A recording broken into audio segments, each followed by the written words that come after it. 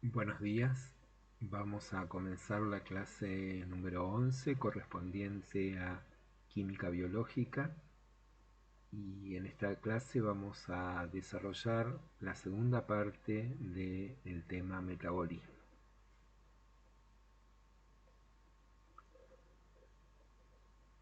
Hoy vamos a focalizar la mirada sobre el metabolismo de las proteínas. En la clase anterior estuvimos trabajando sobre el concepto de metabolismo, los conceptos claves para poder entender el metabolismo y miramos el metabolismo de los carbohidratos a partir de la molécula de glucosa y cuáles eran las distintas vías por las cuales la célula podría obtener moléculas de glucosa y cómo esa molécula de glucosa se transforma en distintos componentes y la finalidad última es la obtención de energía a través de las moléculas de adenosintrifosfato. Energía que va a estar almacenada en los enlaces de fósforo de esos compuestos y que van a ser la energía que van a utilizar las células para poder desarrollar sus procesos vitales. Después vimos el metabolismo de los triglicéridos y entonces pudimos ver las distintas vías que puede obtener los productos de la degradación de los triglicéridos, en este caso los ácidos grasos, y cuáles podían ser los distintos caminos que iban a tener estos compuestos. Hoy vamos a mirar el metabolismo de las proteínas. Cuando una proteína es ingerida en el proceso de digestión, las enzimas digestivas a lo largo del tracto digestivo van a degradar esa proteína para obtener los aminoácidos. Recordemos que las proteínas son macromoléculas, son polímeros constituidos por la sumatoria de monómeros. En el caso de las proteínas, los monómeros de las proteínas son los aminoácidos.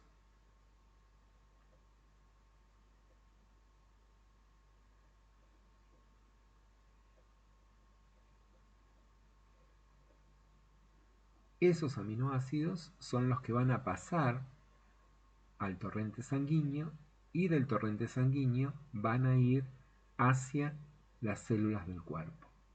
Aquellos que no alcancen ese proceso de absorción serán expulsados a través de las heces. Aquí podemos ver cómo las proteínas comienzan a ser degradadas a nivel del estómago por acción de la pepsina, cómo esa pepsina transforma algunas de esas proteínas en polipéptidos, cómo esos polipéptidos y esas proteínas llegan al intestino. En el intestino delgado son degradados a partir de la acción de enzimas como la quinotripsina, la tripsina, la carboxipsina, distintos tipos de enzimas proteasas que son aquellas que se van a encargar de la degradación de las proteínas en aminoácidos. Esos aminoácidos van a pasar a la sangre, por el sistema de la vena porta van a ir al hígado. En el hígado esos aminoácidos van a sufrir transformaciones, algunos van a ser almacenados y otros van a ser provistos hacia el organismo, hacia las células del organismo, para que sinteticen las proteínas que necesitan. Recordemos que las proteínas tienen función estructural, función reguladora, de defensa. Entonces es muy importante todo el proceso de las distintas proteínas que van a ir fabricando las distintas células de nuestro cuerpo a partir de la síntesis de proteínas utilizando esos aminoácidos.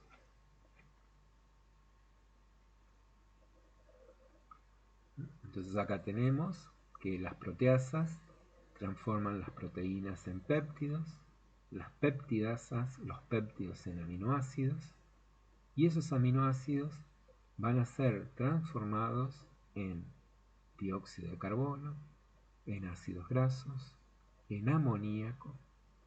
En el hígado, las células hepáticas van a transformar ese amoníaco en urea, y esa urea va a ser liberada a través de la orina.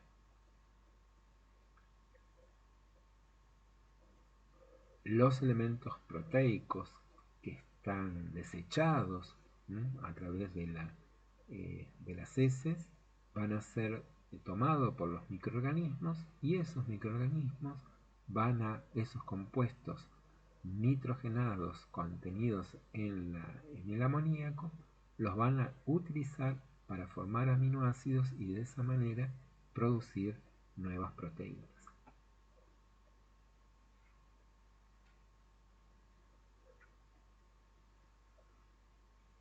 Entonces acá tenemos las proteínas exógenas que ingresan, se transforman en oligopéptidos, dipéptidos. Esa transformación de oligopéptidos y dipéptidos después van a sufrir una nueva alteración, obteniéndose los aminoácidos libres. Toda esta transformación de proteínas exógenas se da a partir del proceso de la digestión, o sea que con la digestión de las proteínas se produce esa transformación desde proteínas exógenas hacia aminoácidos. Atraviesan el epitelio intestinal, pasan a la sangre esos aminoácidos, y esos aminoácidos van a ser utilizados para formar proteínas del cuerpo. A su vez, esas proteínas corporales se van a degradar para obtener aminoácidos. Esos aminoácidos, algunos de ellos, se van a transformar en oxoácidos y en amoníaco. Ese amoníaco va a transformarse en amoníaco libre, va a transformarse en glutamina, va a transformarse en bases nitrogenadas, y por el ciclo de la urea, parte de ese amoníaco va a transformarse en urea. A su vez, los oxoácidos se pueden transformar en cuerpos cetogénicos. Estos cuerpos cetogénicos, algunos en acetil-CoA. Algunos oxoácidos van a servir para fabricar glucosa por el proceso de gluconeogénesis, y algunos de esos oxoácidos van a utilizarse para fabricar oxalacetato, que va a ser uno de los componentes que ingresa al ciclo de Krebs. Y entonces vemos cómo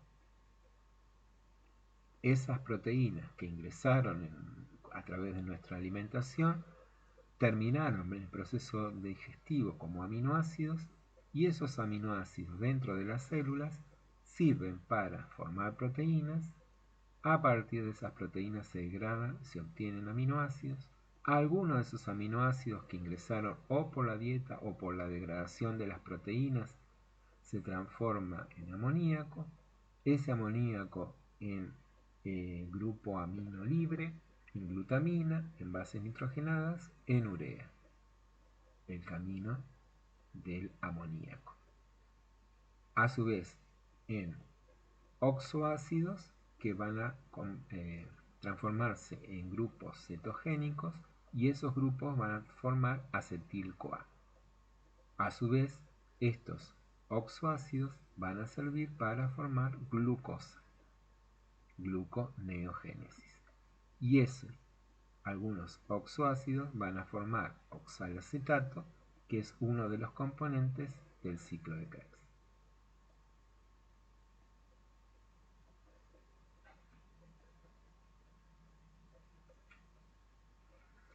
Los procesos que ocurren de alteración de los aminoácidos, esto fundamentalmente ocurren en células hepáticas, en los hepatocitos, es el de desaminación. Acá tenemos el glutamato. Ese glutamato se puede transformar en un cetoácido, cetoglutarato y en amonio. Un grupo amino de aquí pasó a formar amonio. O sea que un aminoácido pierde un grupo nitrogenado y ese grupo nitrogenado se transforma en amonio. Y el glutamato queda transformado en un cetoácido. Entonces, la desaminación produce la modificación de un aminoácido en un cetoácido y en radicales amonio. Esto se llama desaminación. En este proceso, el NAD-fosfato se reduce.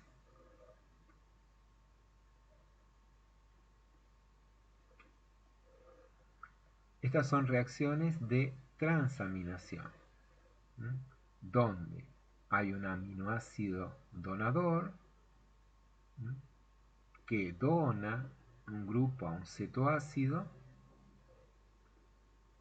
y al donar se produce un cetoácido producido. Ese cetoácido aceptor va a entregar un grupo amino y va a producir un aminoácido producido. Entonces, cuando un aminoácido donador transfiere grupo amino, vamos a obtener un cetoácido producido. Cuando un cetoácido aceptor capta un grupo amino, se transforma en un aminoácido producido. Este proceso de un aminoácido transformarse en un cetoácido y un cetoácido transformarse en un aminoácido se denomina transaminación.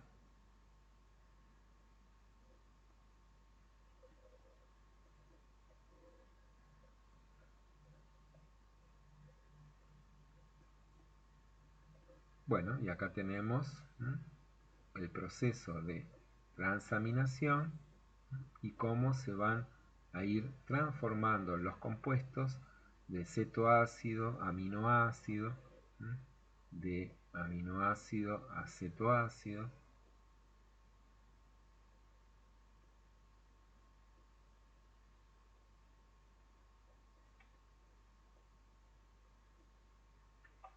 Y acá podemos ver la integración de los metabolismos. O sea, si consumimos proteínas, las proteínas por el proceso de digestión se obtienen aminoácidos. Esos aminoácidos, por el metabolismo de esos aminoácidos, van a terminar formando acetilcoenzima A o van a terminar formando ácido oxalacético.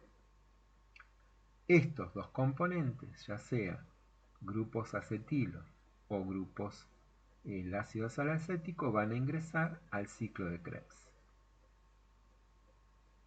Los polisacáridos, almidón, glucógeno, que podemos ingerir con el alimento, por el proceso de digestión se obtienen monosacáridos. Estos monosacáridos ingresan a la célula y en el citoplasma se transforman en ácido pirúvico por la glucólisis y ácido pirúvico se transforma en acetilcoenzima A y en grupos acetilos, y esos grupos acetilos se unen con la coenzima A y van a ingresar al ciclo de Krebs. Los lípidos ingresan a través de la alimentación. Por el proceso de digestión se transforman los triglicéridos en ácidos grasos y glicerol.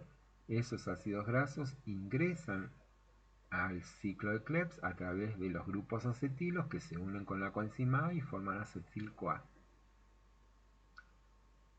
Esta integración determina que todo lo que une a los distintos metabolismos es el ciclo de Krebs.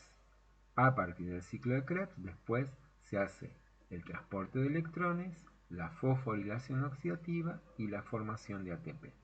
Y fíjense que en cada proceso de metabolismo celular, de transformación de los componentes, se va a ir produciendo ATP. Las proteínas que están almacenadas en nuestras células se van a degradar en aminoácidos y en ese proceso se va a ir produciendo ATP. Los polisacáridos, glucógeno, que está almacenado en nuestro cuerpo, por glucogenólisis se transforman en monosacáridos y en ese proceso se genera ATP. Y así sucesivamente se van a ir produciendo moléculas de ATP, que es la finalidad del metabolismo. Recordemos que el metabolismo busca generar energía para mantener el funcionamiento vital de las células y generar sustancias materiales que van a servir para regular el funcionamiento de las células, para mantener la estructura de la célula, para poder regular procesos dentro del núcleo o en el citoplasma o dentro de la mitocondria. Y así, de esta manera, la célula poder crecer, poder desarrollarse y poder llegar a un momento en que requiera producir todos los materiales necesarios para poder dividirse. Muchas gracias y con esto terminamos la parte de metabolismo. Que tengan ustedes un muy buen día y cualquier duda, vuelvo a plantear siempre, está el correo electrónico para que ustedes hagan las consultas que crean pertinentes. Hasta la próxima.